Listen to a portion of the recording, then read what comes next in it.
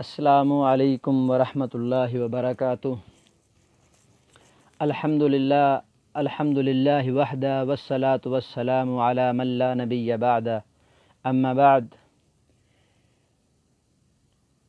کتاب الطہارہ عمدۃ الاحکام سے روایت نمبر 8، عن حمران مولا عثمان بن عفان رضی اللہ عنہما انہ رأى عثمان دعا بوضوء فأفرغ على يديه من إنائه فغسلهما 3 مرات ثم أدخل يمينه في الوضوء ثم تمضمض واستنشق واستنثر ثم غسل وجهه 3 ويديه إلى المرفقين 3 ثم مسح برأسه ثم غسل كلتا رجليه 3 ثم قال رأيت النبي صلى الله عليه وسلم يتوضأ نحو وضوئي هذا وقال من توضأ نحو وضوئي هذا ثم صلى ركعتين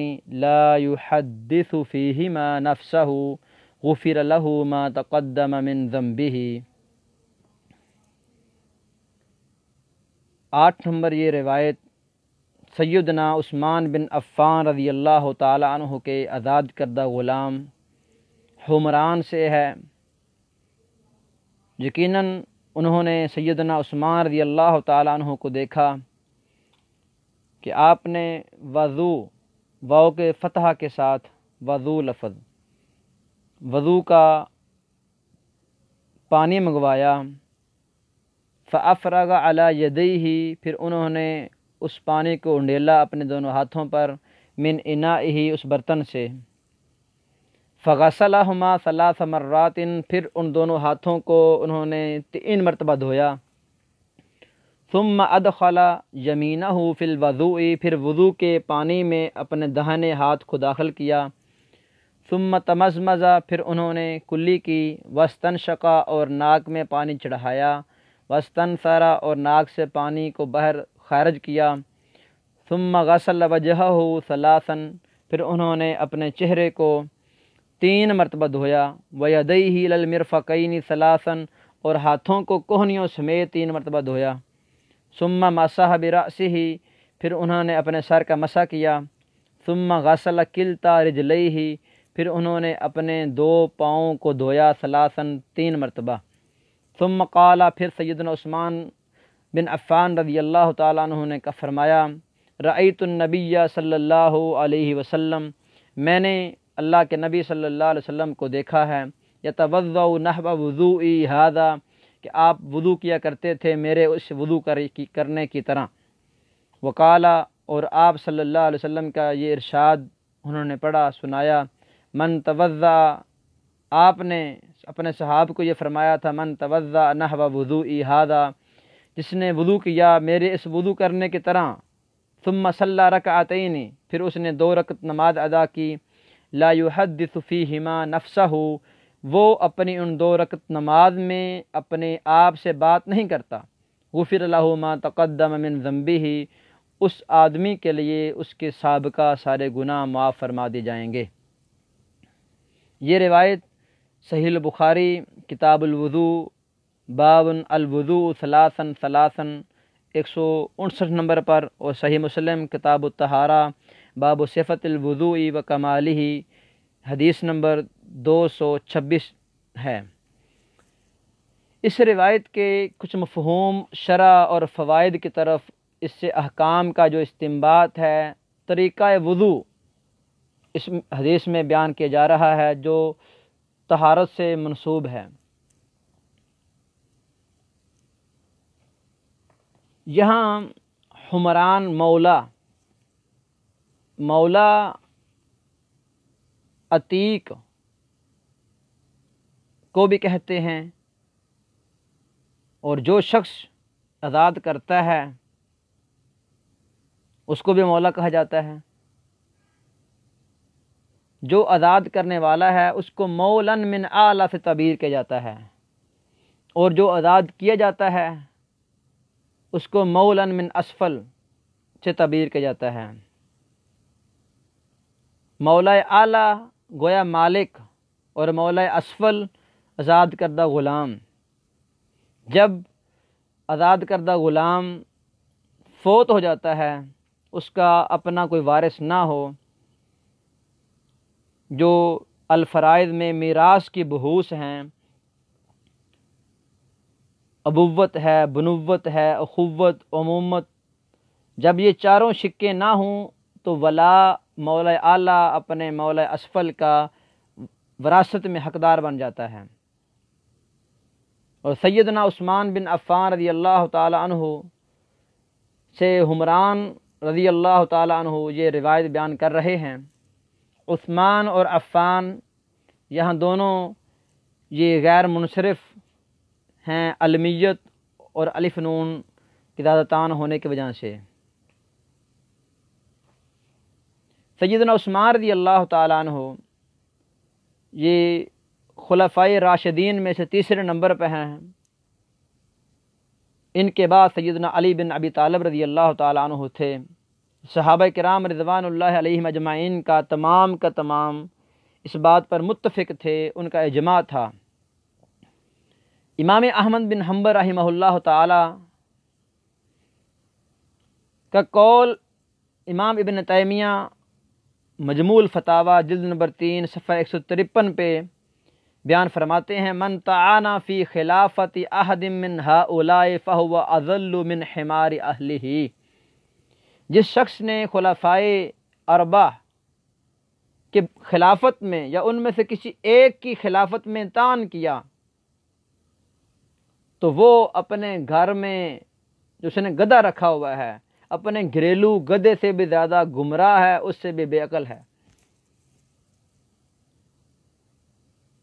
پھر شیخ الاسلام ابن تیمیہ رحمہ اللہ اقامت الدلیل علی ابطال التحلیل میں جلد نمبر 4 صفحہ 355 پہ ایوب سختیانی، احمد بن حنبل اور امام دارقطنی رحمہ اللہ تعالی سے یہ قول نقل کیا، من تعانا فی خلافت عثمان فقد اسرا بالمہاجرین والانصار لأنہم اتفقوا علی بیعتہ۔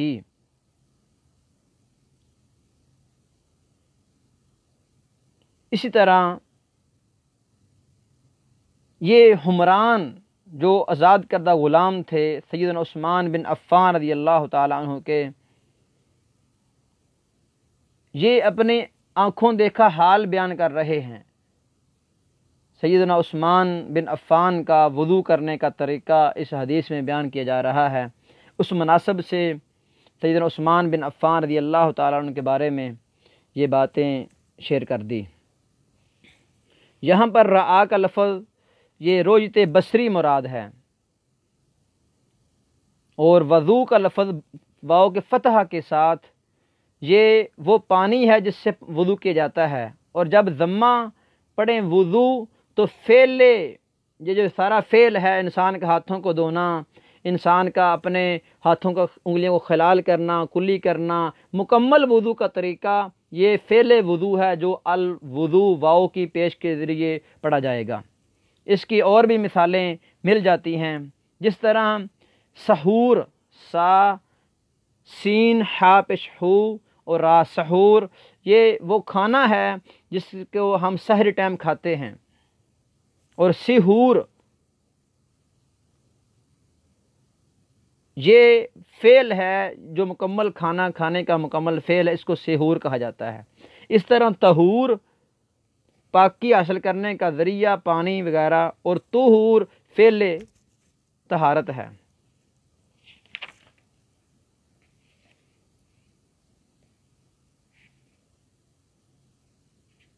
سیدنا عثمان رضی اللہ تعالیٰ عنہ نے لوگوں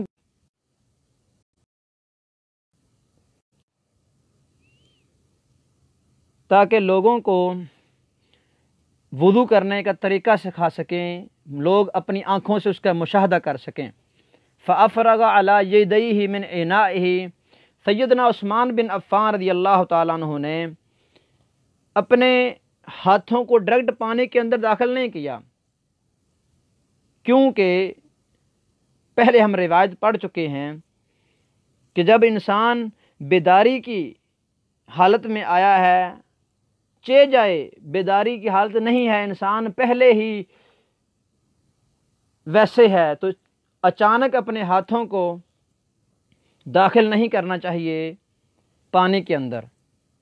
تو آپ نے اپنے ہاتھوں کو ڈبویا نہیں، بلکہ ہاتھوں کو پانی کو ہاتھوں پہ انڈیلا، ہاتھوں کو دھویا اور پھر اپنے داہنے ہاتھ کو داخل کیا۔ فغسلہما 3 مرات، تو 3 مرتبہ دونوں ہاتھوں کو دھونا قرآن حکیم میں موجود نہیں ہے، سنت میں موجود ہے، رسول اللہ صلی اللہ علیہ وسلم کے طریقہ میں موجود ہے، جس سے یہ بات سامنے آئی کہ جو چیز سنت میں آئے وہ ویسے ہی ہے جیسے قرآن میں کوئی چیز ثابت ہوتی ہے۔ اس طرح ید کا لفظ استعمال ہوا۔ ید کے لفظ میں 3 طرح کے جز اجزاء مل کر ید کا لفظ استعمال ہوتا ہے۔ ایک حصہ المفصل الاعلی، جس کو منکب اور کتف کہتے ہیں، کندھا۔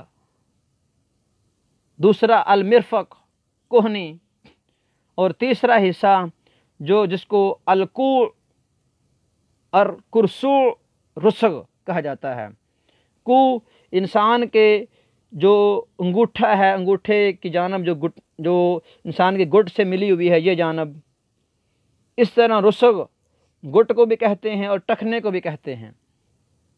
اور کرسوع یہ بھی انسان کی انگلی کا چھنگلی کا حصہ جو موٹا جو گٹ کی طرف ملا ہوا ہوتا ہے۔ یہ تینوں چیزیں مل کر انسان کا گٹ بنتا ہے۔ تو ید کا لفظ جب مرفق کے ساتھ بولا گیا وضو میں، تو مرفق سمیت، کوہنی سمیت اس کو دھونا مراد ہے۔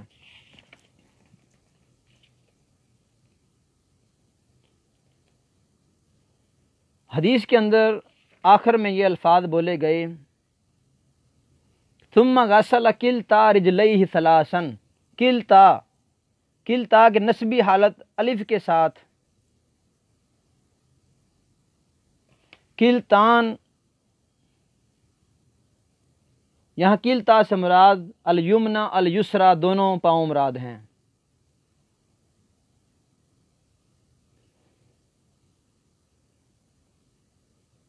جب کلتا ضمیر کی طرف مضاف ہو تو پھر کلتین اس طرح اس نے استعمال ہونا تھا۔ اب چونکہ اس کی اضافہ ضمیر کی طرف نہیں ہے تو اس کو نصب الف کے ذریعے ہی دیا گیا۔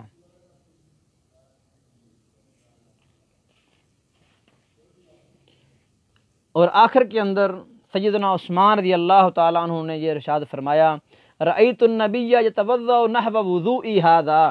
گویا سیدنا عثمان بن عفان رضی اللہ تعالیٰ عنہ رسول اللہ صلی اللہ علیہ وسلم کے فعل کو اپنی آنکھوں سے مشاہدہ کر چکے تھے۔ آپ نے بھی اپنے اصحاب کو ویسے ہی تعلیم دی جیسے اب سیدنا عثمان لوگوں کو اکٹھا کر کے لوگوں کے سامنے تعلیم دے رہے تھے۔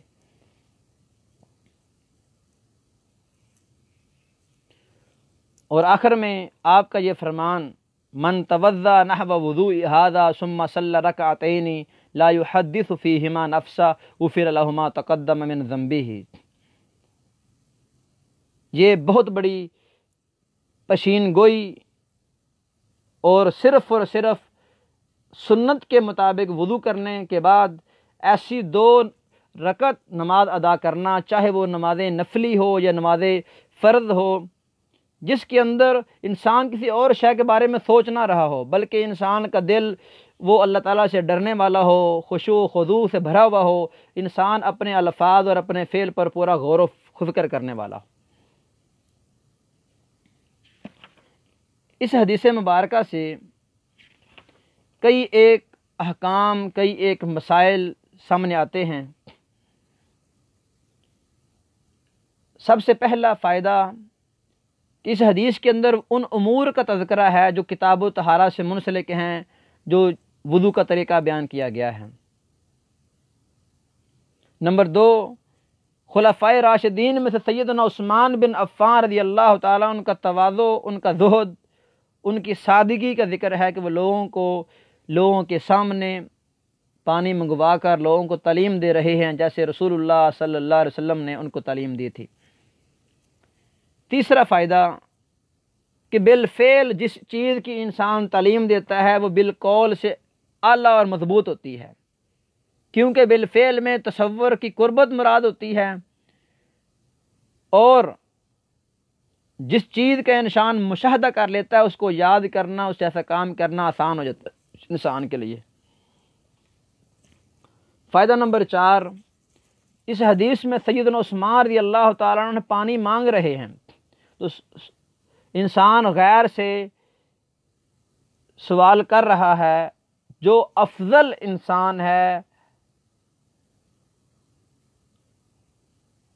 وہ اپنے سے اعلیٰ اپنے سے ادنا دونوں طرح کے لوگوں سے سوال کر سکتا ہے۔ پھر اس حدیث مبارکہ کے اندر وضو کا جو طریقہ بیان ہوا، دونوں ہتھیلیوں کو دھونا، اس کا مستحب ہونا، 3 مرتبہ اس کو دھونا مستحب ہے، 2 مرتبہ دھونا مستحب ہے، 1 مرتبہ دھونے سے وضو ہو جاتا ہے۔ لیکن جب انسان نیند سے بیدار ہو رہا ہے یا انسان کے ہاتھ اس قابل نہیں ہیں کہ ان کو پانی کے اندر داخل کیا جائے، تو پھر ان کو 3 مرتبہ دھویا جائے گا۔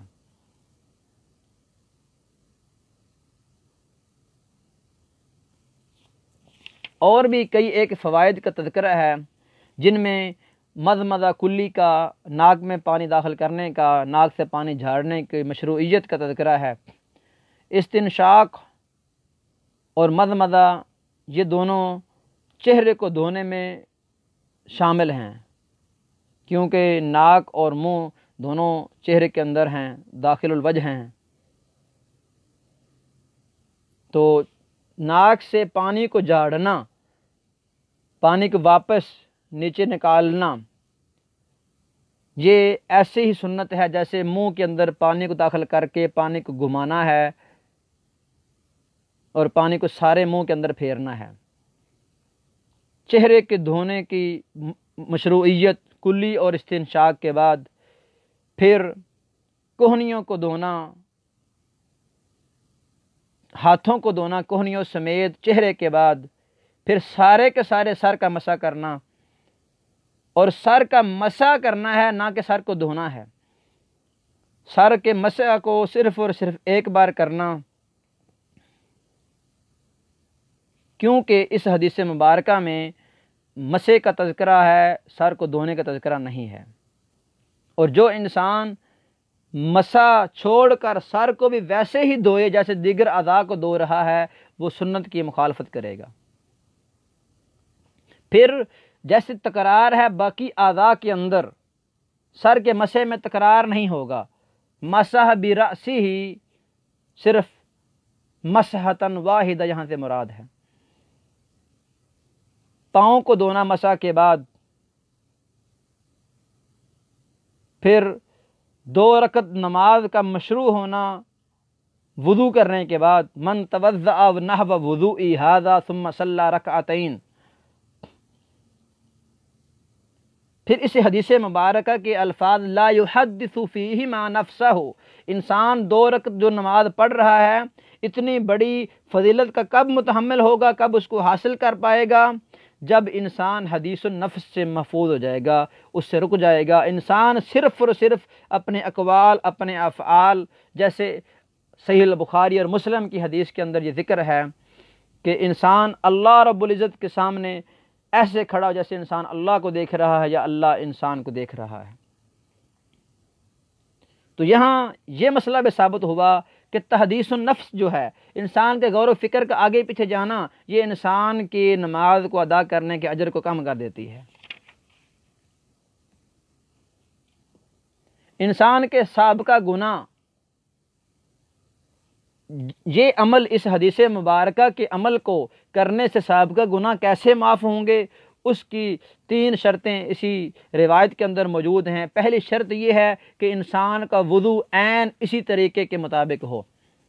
دوسری شرط ہے کہ انسان 2 رکعت نماز ادا کرے جس میں انسان اپنے نفس سے محفوظ ہو، نفس کی طرف توجہ نہ ہو، صرف اور صرف نماز، اقوال اور افعال پر ہی توجہ ہو جو نماز کے اندر شامل ہیں۔ اور تیسری شرط ہے کہ انسان کی نماز نہ 3 رکعت ہو نہ 1 رکعت ہو، 2 رکعت ہو۔ وضو، یہاں پر اس حدیث مبارکہ میں نیت کرنے کا تذکرہ نہیں ملا، تو جب انسان ایک فعل کو پانی منگوا رہا ہے، فعل کرنے کا ارادہ کر رہا ہے، قصد جو ارادہ ہے انسان کا وہی نیت اعتبار کے جائے گا۔ حدیث مبارکہ کے اندر نیت کے الفاظ موجود نہیں ہیں۔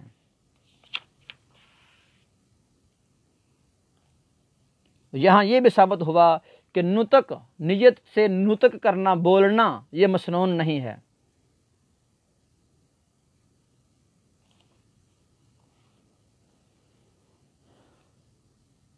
وضو ایک اہم عبادت ہے، الگ عبادت ہے۔ نماز ایک الگ عبادت ہے۔ دونوں عبادتوں کو جمع کرنے کی ترغیب اس حدیث کے اندر موجود ہے، اور یہ دونوں عبادتیں جیسے ہی جمع ہوں گی عین سنت کے مطابق، عین اس کیفیت کے مطابق، تو یہ سبب بنے گی انسان کے گناہوں کو بخشوانے کا۔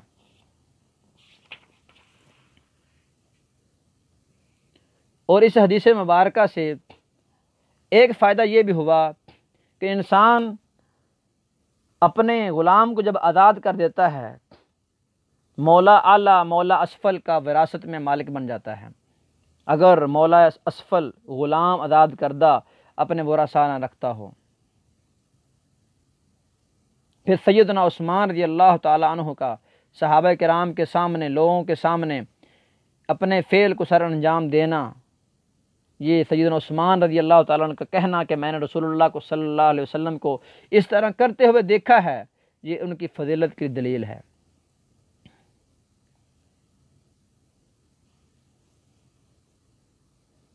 ادائے غسل، وضو کے اعضاء جو بدن ہیں ان کو دھونا، مسح سر کے علاوہ باقی اعضاء کو 3 مرتبہ دھونا یہ مستحب ہے، 1 مرتبہ دھونا ضروری ہے۔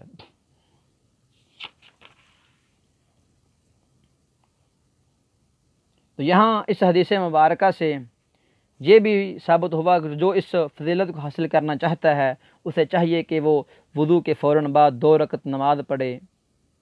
2 رکعت نماز چاہے وہ فرض ادا کر رہا ہے چاہے وہ نفل ادا کر رہا ہے، جو بھی نماز ہوگی وہ اس حدیث میں شامل ہوگی۔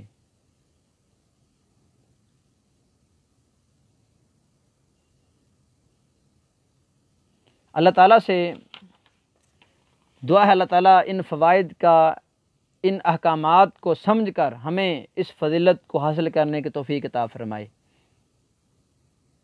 پھر اس حدیث مبارکہ کے اندر سب سے آخر میں جو جملہ ہے اس سے ایک بڑا اہم ترین مسئلہ یہ ثابت ہوتا ہے کہ اللہ رب العزت اپنے بندوں پر کس قدر فضل کرتے ہیں کہ رسول اللہ صلی اللہ علیہ وسلم ارشاد فرما رہے غفر لہ ما تقدم من ذنبہ۔